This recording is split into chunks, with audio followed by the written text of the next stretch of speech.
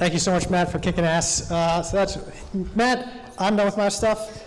Eli and Dom are going to talk about the board of directors. How exciting!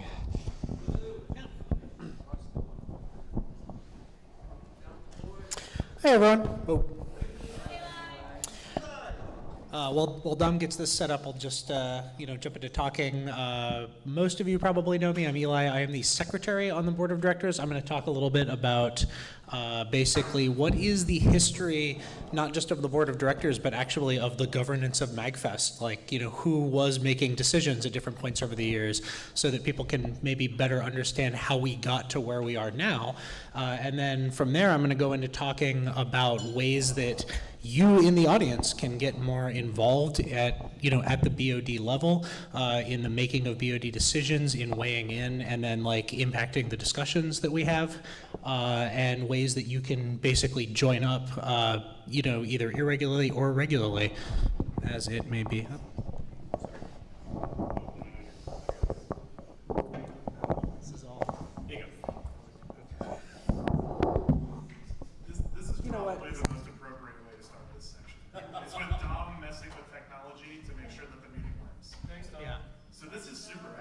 This is how every BOD meeting starts, by the way. Those of you who have been guests, yeah, this is right. Actually, the main difference is that I think we're actually starting roughly on time. So, yes, and Bunny is in person. So this is better.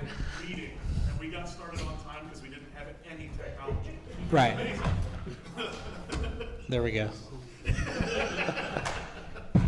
All right. So for those of you who don't know, Magfest actually started in 2002 in Roanoke by a guy named Joe Yamin, and he ran what was at the time a pretty small event with about 250 people. And then after that, he decided that he wasn't going to be running his game store anymore, and actually wanted to go to grad school. And so he basically said, I can't do this. And he put out a post on the internet that said, I'm selling Magfest to anyone who wants it because I can't do it after this. And I did not attend the first Magfest. Hands up if you were at the first Magfest. I think we've got at least one or two people here. Yeah, awesome. I was raising my hand to indicate what you guys should do, but I was not there. All I knew was that this was some convention that a friend of mine named Brendan Becker just would not shut up about. He just kept going on and on about how great it was, and I remember I was in the room with him when he saw the internet post that said that it was going up for scale, and then he turned around to the people there and said, you know what we need to do? We need to buy Magfest. And I was like, yeah, sure, Brendan, whatever. And then he calls me later and says, hey, do I want to drive down to Roanoke with him? And I said, no, not really. Why are you doing that? And he says, well, I'm going to buy Magfest. And I said, you were serious about that? Brendan, that's a terrible idea. But I did go with him, and he did buy it for $1,000, which he didn't even have to his name at the time. He had to give half down and half later. And then we ran Magfest 2 at the Clarion in Williamsburg, and it grew in spite of moving from Roanoke to Williamsburg. It actually grew from a 250 to a 350 person event. And at that point, it was just Brendan. He was Mr. Magfest. He was in charge. He was a sole proprietorship. And it really was on his shoulders, both organizationally and financially. It didn't make money the second year any more than it did the first year. And in fact, the only way that we were able to book a Magfest 3 is because Brendan and I went to the hotel, and he said, hey guys, I have a job, and every 2 weeks when I get my paycheck, I will deposit it, and I will set aside however much I need for rent and food, and then I will come here to pay you guys the money to make good on our contract, and then eventually we'll be paid off, and then hopefully you'll let us do this again next year. And the hotel said, okay. I don't know why they said that, but they did.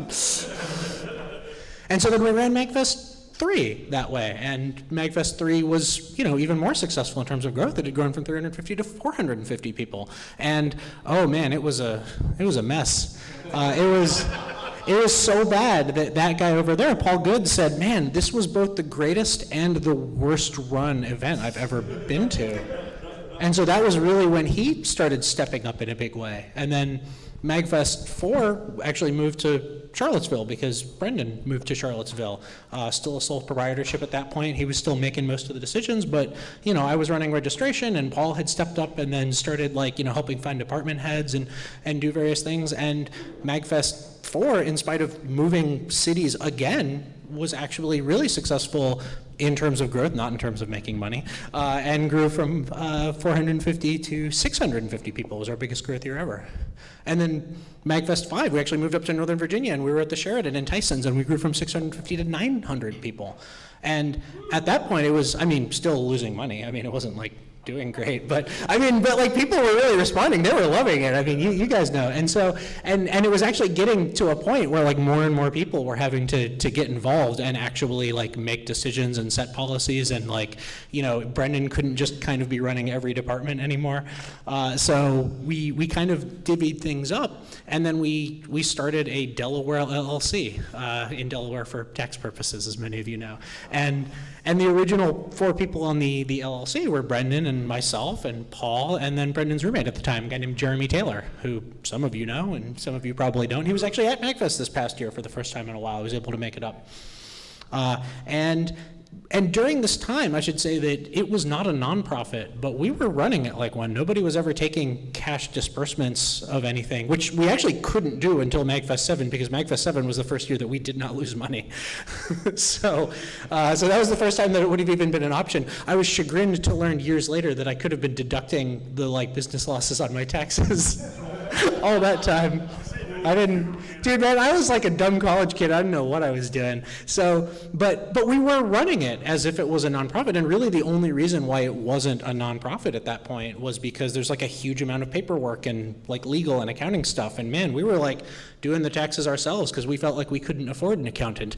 Lesson learned, by the way, you can't afford not to have an accountant. The mistakes you make are very costly. So we did eventually kind of get our heads on straight, and then we formed Magfest Incorporated after a few years. And during that time, Magfest was like really taking off. Magfest 6 did not do so well in terms of growth and went from 900 to 950 people, our smallest growth year ever. We're still not really sure why. We actually didn't move cities or anything, although that was the first year we moved from the Sheraton to the Mark Center, because the Sheraton did not want us back for a variety of good reasons. But then we went from 950 to 1,350 people, and then 1,350 to 2,200, and then 2,200 to 2,950, and then that was that 2950 year. That was our last year at the Mark Center, Magfest 9. Many of you remember that awful attendance cap we had that was a mess, which like we would have been even bigger as we learned, because when we moved to the Gaylord in our first year at Magfest 10, we grew from 2,950 people to 5,900 people. We almost doubled in size. And then from there, like that's around when we started Magfest Incorporated, which was when the growth was really taking off, and we were growing year over year about 60%. And we went from 5,900 to over 9,000 people, and then 9,000 to 12 to 14, and so on. But that was around when Magfest Incorporated started, and then we needed to really like run ourselves like this was a real thing. Which, like, I, honestly, until right around Magfest 6, I didn't think that Magfest would last. I was just kind of having fun before the whole thing fell apart, which I assumed it inevitably would. So Magfest Incorporated ended up, starting with a board of directors, because that's, I guess, what you do when you're a nonprofit. And as it happens, we already sort of were running the event as if we had one. There was myself, there was Paul, who had been on it for a while, and then there was this guy named Dom who had like started off just like running a jam space because he suggested it, and we were like, great, you're in charge. And then he actually did it, and we were like, man, we need this guy on here because he's like more organized than the rest of us. And by the way, if the thought of Dom being like the most organized person on the BOD scares you, then like it absolutely should. And then we felt like we needed like a fourth person, and so there was this like kid named Nick who like really we had to twist his arm to get him to join, but he had been running promotions for years and doing a really good job, and he was, if anything, like better at operations and more organized than Dom. And so we did that, and so that kind of brings us to the present day. The board of directors has grown a little bit. We eventually added Tresh, who unfortunately couldn't be here today, couldn't get off work, but I will note that Tresh has been here for pretty like almost the entire length of all of this. He was running departments and making decisions back in the Brendan Becker days. He was kind of on the LLC quad in all but name. And really, has been involved with a lot of the high-level discussions in the organization for all that time. And then we recently had an election, and then added Adam, which I'm going to talk about in a little bit. How do I just like click here? Is that yes. All right? Awesome. So yeah, so that kind of takes us through that. And then, like I said, Nick is sort of on the board, sort of not. I don't know. It's in our bylaws. He gets a vote, but he's smart enough to know that, you know, that he really others us. Like he doesn't say we when he talks about the board. I've noticed that, Nick. Don't think that has escaped our notice. Hey, real quick, also, while we're talking about that timeline, this is sort of not a well-advertised fact, but last year we did actually sell out of tickets for real. Yeah. Like late Saturday night, Sort of. and we didn't want to cause any panic or anything, but we basically added a couple extra 100 tickets at the very end. So 19,000 paying something? Well, I don't know. Paid, it was 22,000. Like total. Checked in. Yeah. was what it was. Yeah. Just I eventually had to complete start rounding to the nearest 1,000 just to be able to keep the numbers in my head, which. Yeah. So like I said, the BOD has grown, but like one of the goals we've always had that's very much a part of our core values is trying to involve as many volunteers as possible in as many decisions as possible. And so like what a lot of what I'm going to do in this presentation is talk about ways that we want you guys to give us feedback, and like both just at any time and then particularly during and around board of directors meetings, how you can participate in the board of directors itself, and then also like an exciting new thing that we're creating called task forces, which are, you know, basically extensions of the BOD, where we want to really grow the number of people who are making BOD level decisions, basically. And so like in terms of feedback, there's a lot you can do. So one of the things we started doing this year was like publishing a running like BOD agenda. So there is a document on Google Docs that we post periodically in Slack and elsewhere that is just all of the things that we know that we're going to need to discuss sometime in the next couple months. And then we write like 3 to 5 paragraphs about each of them just to give you guys a little bit of context for those discussions. And then that way people can see what's on our radar and then send us an email or contact us on Slack if you have opinions about any of those things. And some people have already done that, and I think that's been really good. And we keep that agenda up to date, like at every meeting, and as stuff comes up, we add stuff to it. We don't delete anything from it, we just move things into the already discussed category so you can see what's been discussed. And by the way, most of the stuff that's been moved there, it's not too late to send feedback. I mean, a lot of the times the discussion is just like, yep, we've got this update, the office is moving on this, but you know, things are rarely set in stone for Magfest. And then one of the things that we do on top of that is if there's a decision that we know that we're going to need to make that we expect the volunteer community is going to care about more than average, then we actually make a special effort to say, okay, this is the day of the BOD meeting when this is going to be discussed. We haven't even really talked about it yet for longer than a few minutes. And so we're going to write up like a long summary to say, this is the decision, these are the stakes, here are the pros and cons, maybe here's how we're leaning right now. And then we publish that and send it out and say, look, if you want to, you know, not wait until after we've had the discussion, but actually like get in on it beforehand, then like let us know, send us feedback, tell us what you think. And you know, we recently did that when we had to decide how long is the term length for the elected BOD member, which you would think that we would have decided last year, but actually we totally punted on the decision. We were like, let's just make it a year, then we'll decide a year from now whether it's like 1 year or 2. A lot of our decisions are made that way, maybe a distressing number. You can also read the minutes of all the meetings afterwards, which have gotten a lot better lately because Bunny has begun attending all of the BOD meetings and has been taking like amazing notes, which I read afterwards and I just look at it and I'm like, man, she is like I don't know how many words per minute she does, but it's not just the speed of the typing, but it's the ability to like focus in on extract the salient information. She's able to keep up with 3 voices that are all yelling at each other. At the same time, yeah. At the same time, and discern who said what and notate it perfectly. Yeah, it's pretty incredible. To be Yeah. totally honest. Right. So and we are a little bit behind on sanitizing and publicizing those. We're actually a couple months behind on that, but I expect within the next month we're going to really, we're going to be caught up. And in fact, you can see all of the notes, excluding the last couple months, going all the way back to 2012. And one of the things that we also try to do is have a guest at every single BOD meeting. So there's a form you can fill out, and I recommend these slides have been posted in Slack. All of the colored things are links, so you can click on and actually see examples of what I'm talking about. And you can fill out the form to say, hey, I want to attend the BOD meeting as a guest. And we tell people at the beginning of every meeting, listen, just pretend that you're a member of the BOD. You know, like just like say what you want to say, ask questions if you don't have context. One thing that I've heard from people about the attend a BOD meeting thing is can't stress this enough. You do not have to attend physically. Yes, thank you. Have a virtual presence. Yeah, so just to repeat that for anyone who didn't hear, yeah, you don't have to be there in person. I mean, we meet at Nick's house, and you can come in person if you're in the area, but yeah, no, we frequently have people, we have like West Coast people who teleconference in, we have people who are a little bit more local who have to teleconference in just because they couldn't make it down there at that time. Yeah? Yeah, exactly, but Bunny is not commuting to Nick's house every Sunday, let me tell you. Yeah. And then on top of that, like, listen, you can email bod@magfest.org, like, literally any time about anything you want. I mean, we really actively, like, monitor that and try to respond promptly. Sometimes we don't. I am not going to say that we are perfect. In general, I think that, like, 80 to 90% of emails get looked at and responded to very promptly. And the ones that don't usually don't because they're big and significant, and we really do take the time to talk about and offer a good response.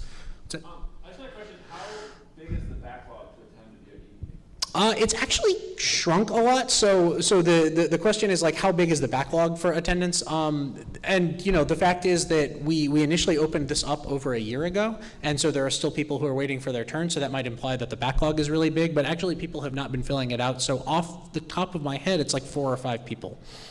So I mean, like, I would expect that within the next few months, everyone will have gotten their turn, and we can either start cycling back around to people or yeah. Also on the form, there's a free box on the bottom. You can use that to actually say, hey, I'm interested in X.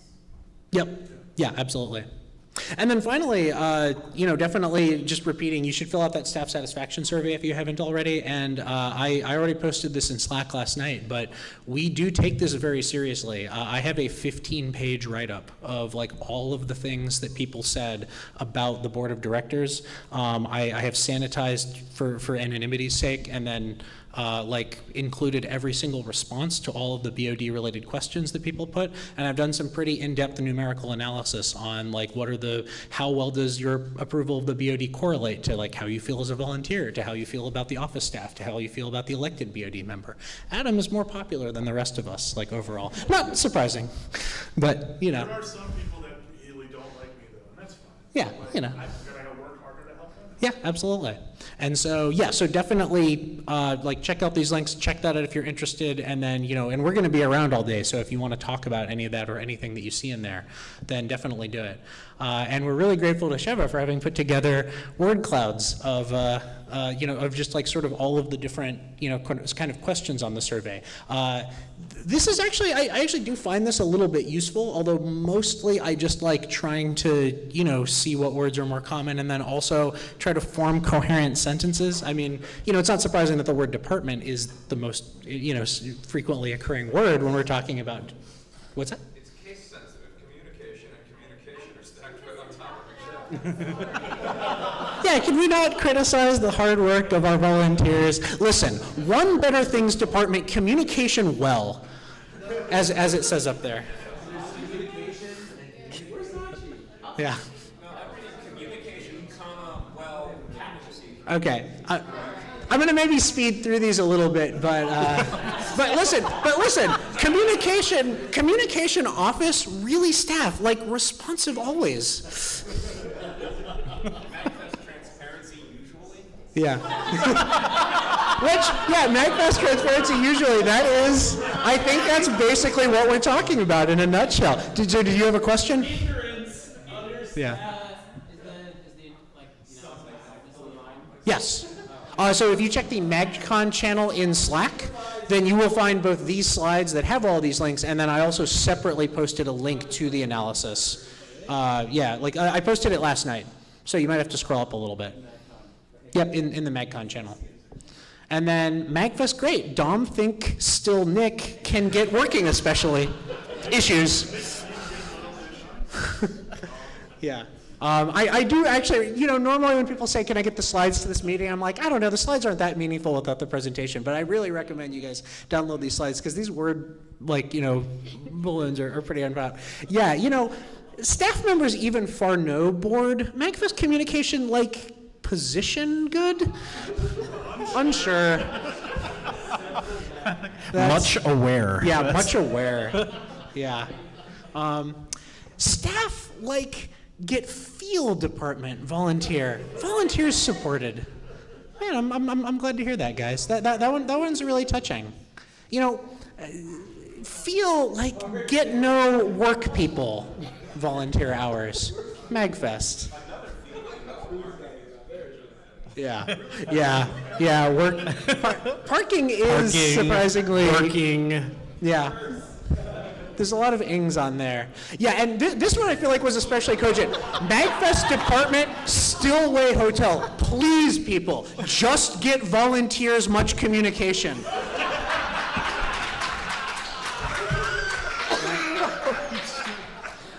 I should point out, one of the reasons why I'm comfortable doing this is that I do have a 15-page document of actual analysis. We are doing, like, there is like a 5-page section at the end of that that's like actionable things that we're like changing as a result of the feedback. We're not just laughing at the words. I just cannot emphasize that enough. I don't want anyone to think that that's all that we're doing.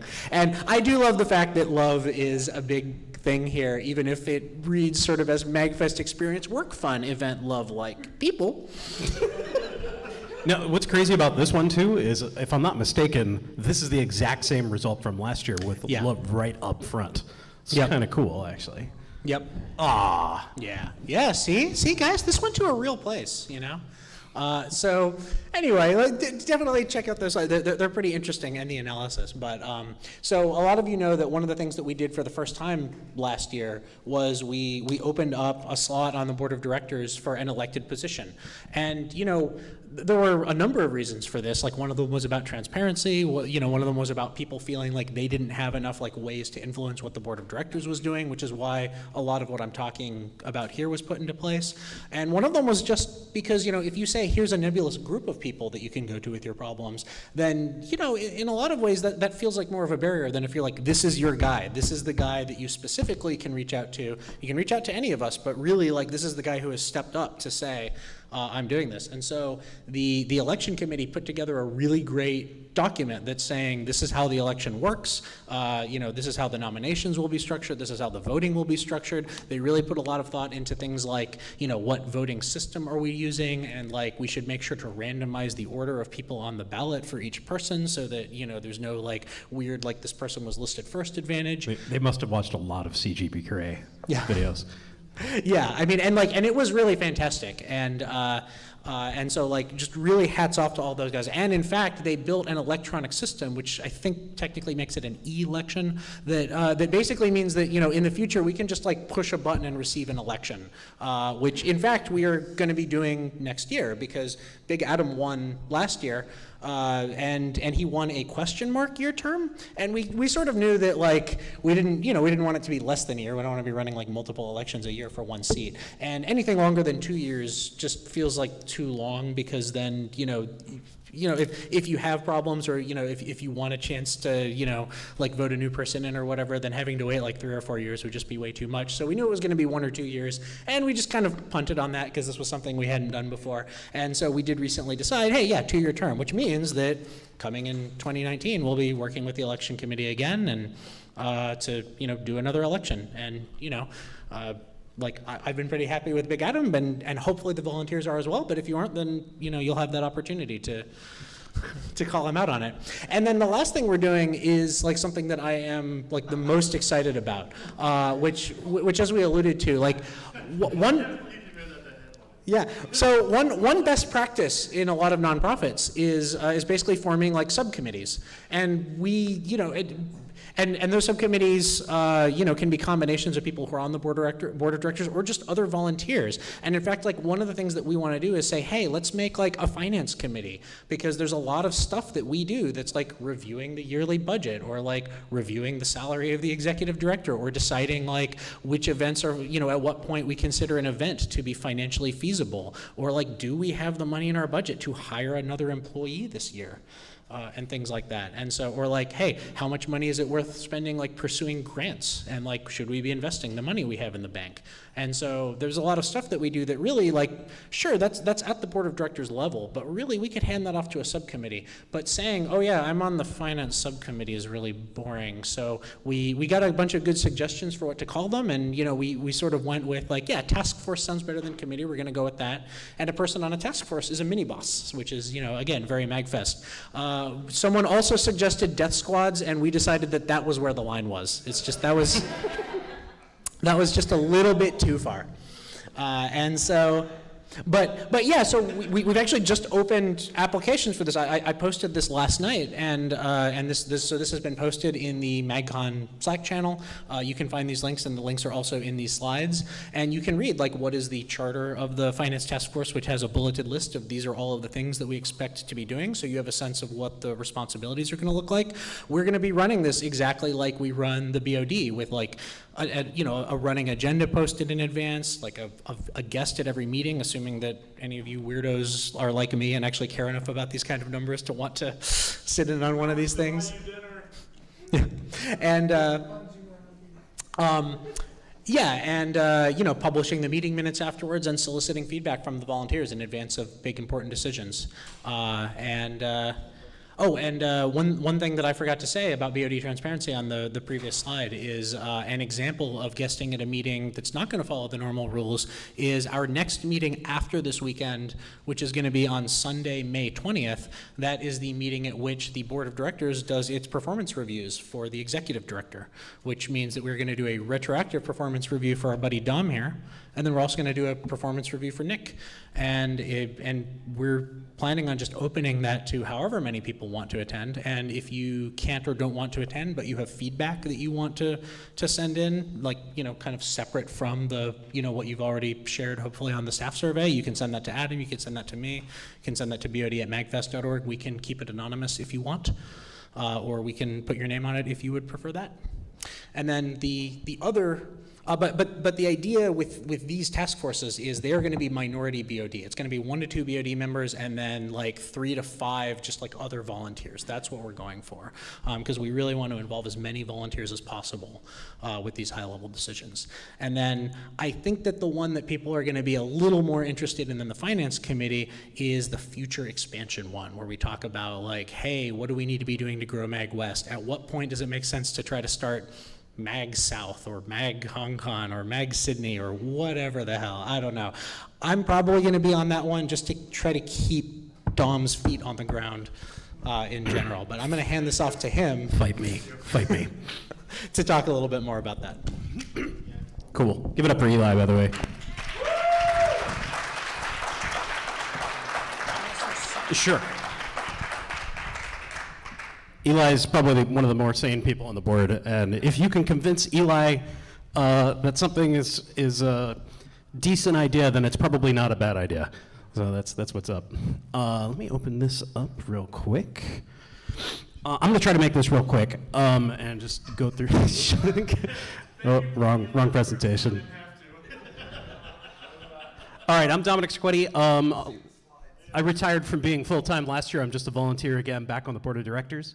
Let's see. One of the things Nick wanted me to talk about in this presentation a bunch, and one of the things I'm very passionate about at Magfest is growing the organization, and basically with Super Magfest basically being sold out at this point, both in terms of hotel and attendance, and Mag West is kind of starting, and it's going. We had our first very awesome Mag West last year.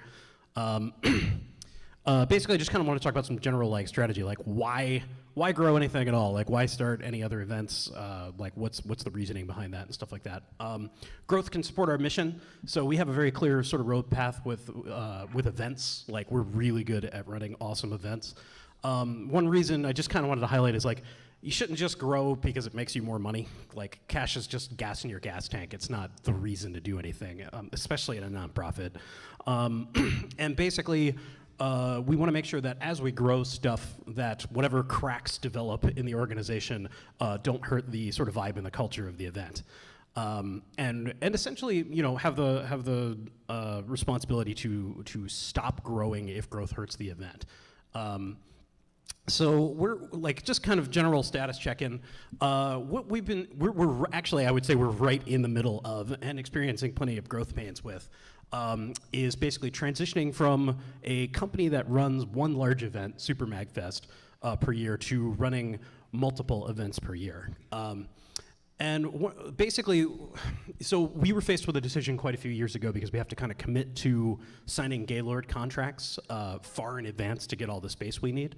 And so basically it was like, all right, what are we going to do? We can try to move Magfest after it's reached its current saturation, its current attendance numbers, to a bigger venue, like basically just a convention center. That's the only thing bigger. Right, and like there are a bunch of problems with convention centers and the way we run Magfest. It's more expensive, it's harder to do your own thing, the DIY stuff is more difficult, 24 hours is really insane. And having the hotel sort of attached to the venue is super cool. So the Gaylord is like probably our most ideal venue for the main event. But if you still want to grow, how do you do that? One of the strategies we looked at was, okay, why don't we open more events in more cities? So MagWest was the first in that series of events. And it took quite a few years to start that up, but we got that going last year. And shout out to the West crew over there, who actually flew here from California to be here at this meeting.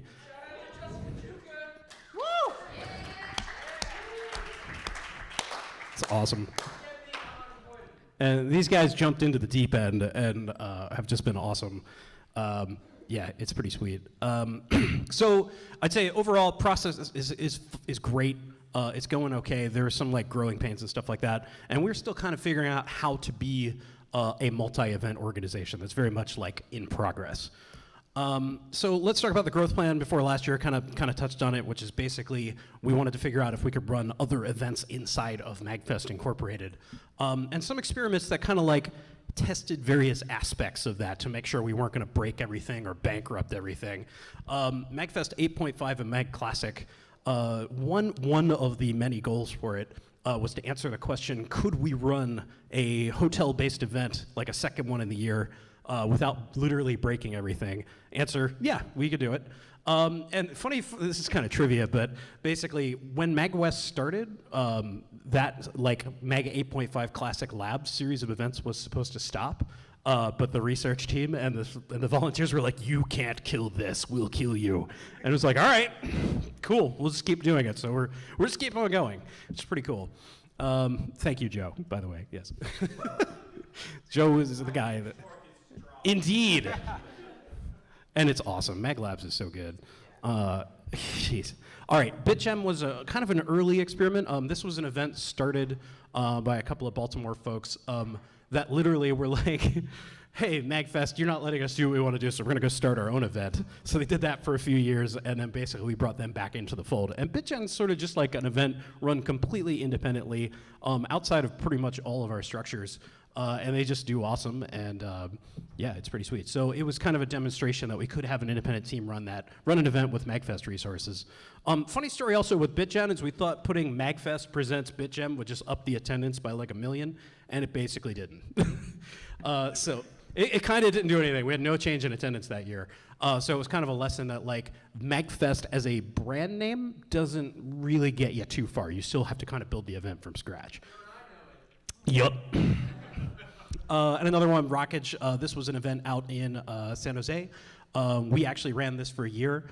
And it was sort of an experiment that, like, could we run, this was a bit of a smaller event, but could we run a multi-day, smaller, non-hotel event with different crews out there? It's actually where we met Dare, and now he is one of the guys running MagWest. So so these were all like beyond just doing this because they were cool events, which they all are. These were like experiments to test out what was going to break with MagWest. So basically, like, compare and contrast the things we are awesome at with the things we're sort of still figuring out. This organization knows how to run amazing events, and we have great playbooks for how to do that and how to organize a whole volunteer crew and get a bunch of stuff done. And it works at a larger scale like Super Magfest. As I kind of mentioned before, running theme is that we're still figuring out how to be this like umbrella organization where sort of Super Magfest is just one of the events of many instead of sort of being the, like extra focus on it. And basically, you know, I think some of the growing pains there, and I'm sure these guys can tell you too, is like separating out the various roles and responsibilities for like office crew and the event leadership and the board and executive director and stuff is still like in progress. We are still like coming up against different issues there and working through them. And this kind of goes to this like, this idea from the core values that like it's okay to make mistakes. The SpaceX figured out how to land rockets, and you guys are a bunch of nerds, so you probably know what's up there. And Elon Musk basically was like, yeah, you know, the best way to figure out how to do this is to just give it a shot, and every time it crashes into the ocean, we'll just like add a little more fuel or hydraulic fuel or like fluid or whatever. So they crashed like 20 rockets, and now they've landed every rocket. So basically, luckily for us, our events don't crash and burn as often. So basically, every event is just practice for the next one. That's a saying that Eli likes to do. And we have kind of we're in a good position where basically we can try weird stuff, and if it doesn't work, it's not the end of the world. So this is basically we're thinking about like how do we want events to be run.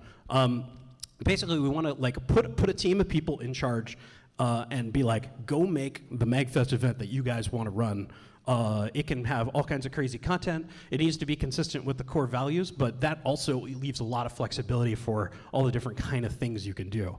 And like our guiding philosophy here is like we want to make sure that if you're like say you're a volunteer, you're running an event, something like that, we want you to be able to make the most interesting decisions and take crazy risks and push hard creatively. And that just like it can't be something we just say. It's got to actually be real. And actually doing that is like very difficult. And it's like an ongoing iteration. It's like a ongoing process. Some other guidelines, events should be expressions of the local community, right?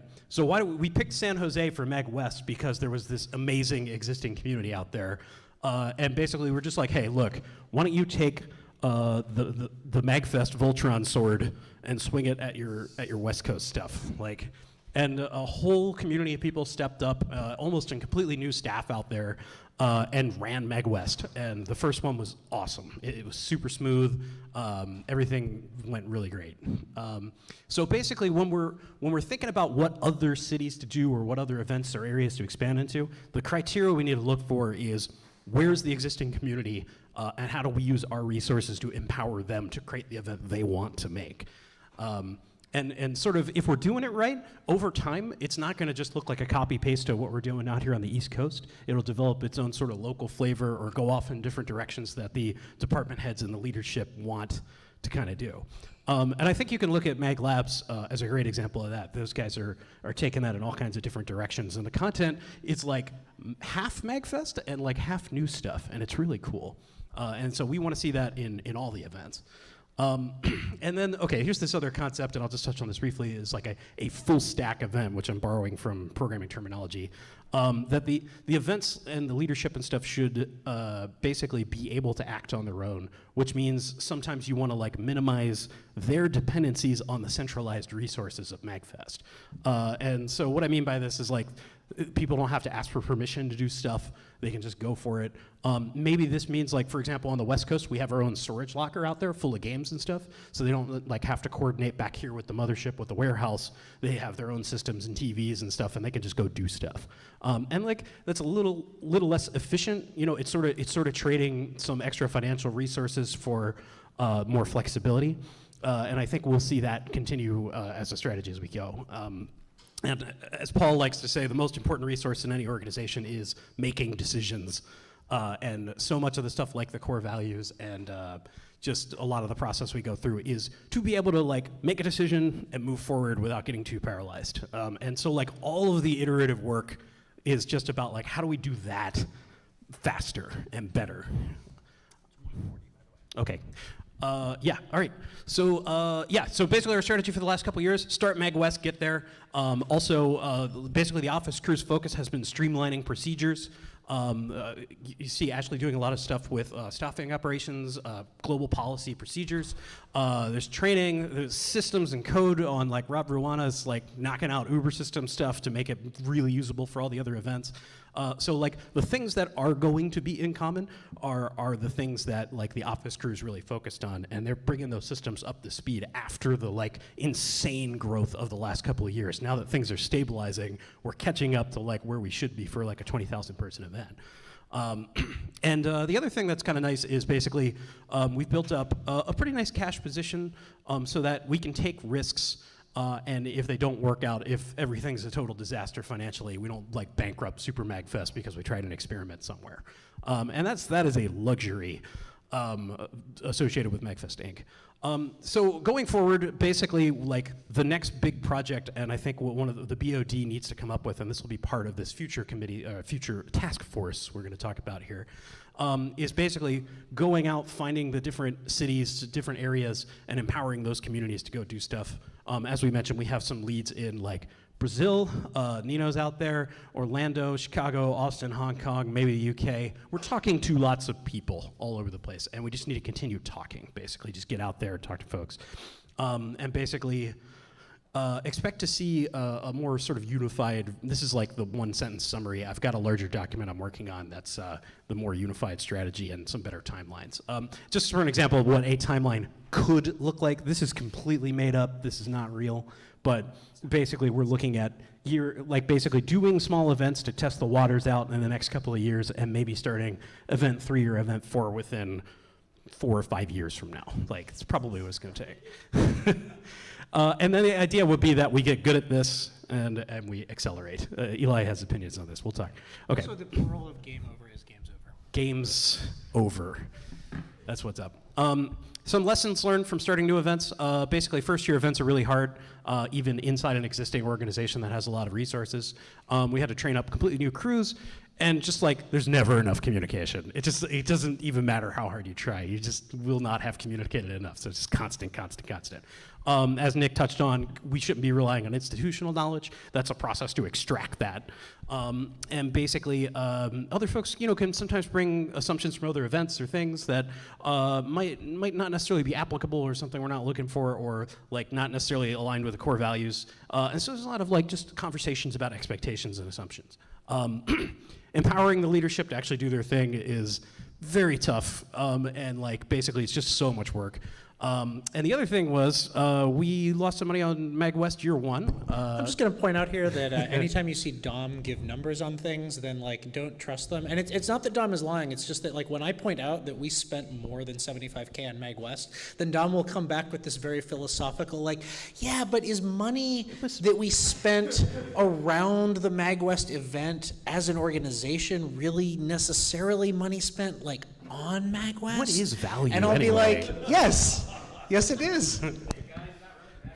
Oh yeah, somebody better fire that guy. All right. Remember when he had a slide called hippie bullshit? Yeah, that's true. That's a later presentation. Yeah, So- Dom is 100% sincere in all of this. Like, Yep. Oh yeah. So the bottom line is basically West is an independent event as exactly we did it. Probably could not have been financially successful. Like there's a way to run a first-year event that would feel like MagWest to do that. But basically, we were able to take a risk, and we'll recoup this over the next couple of years as West grows.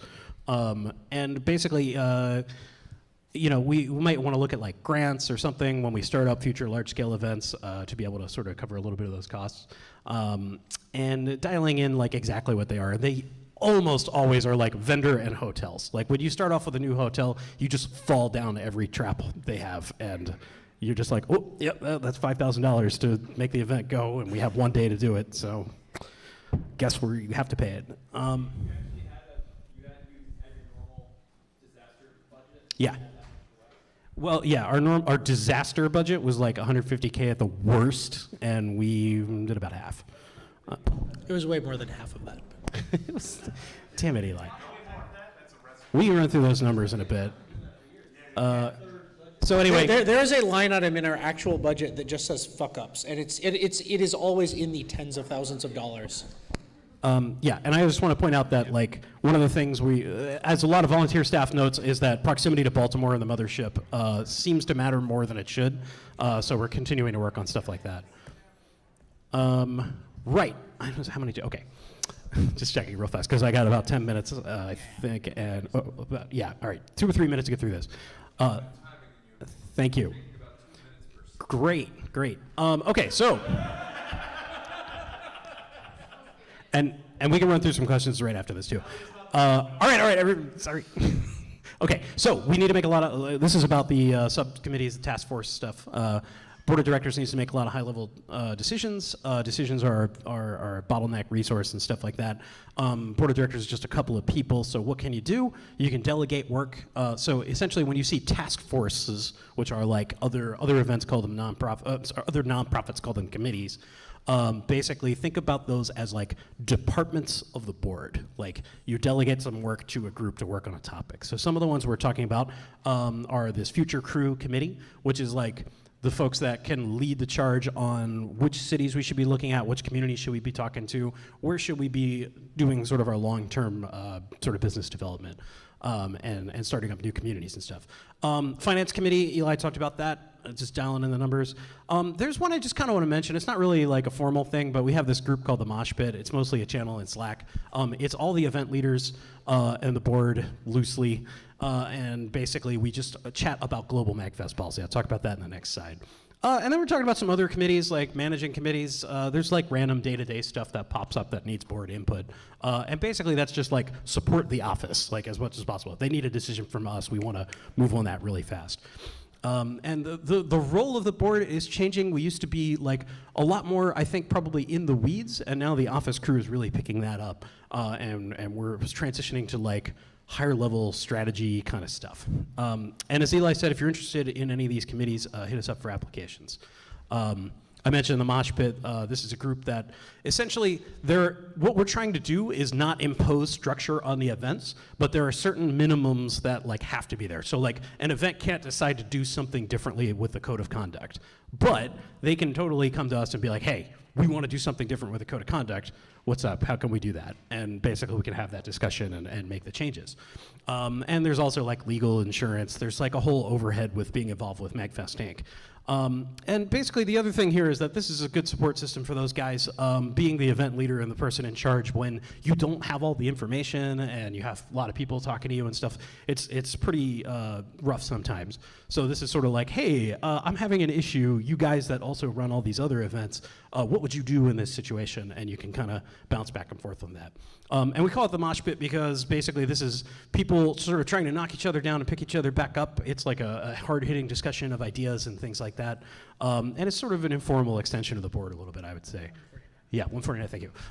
And this is the sort of interesting new one that I wish we had made a little more progress on this before this meeting, but this is coming online. Dom is relearning the joy that most of the rest of us know, which is having a full-time job and then trying to do Magfest in your spare time. That is... Yeah, it's tough. It's fun.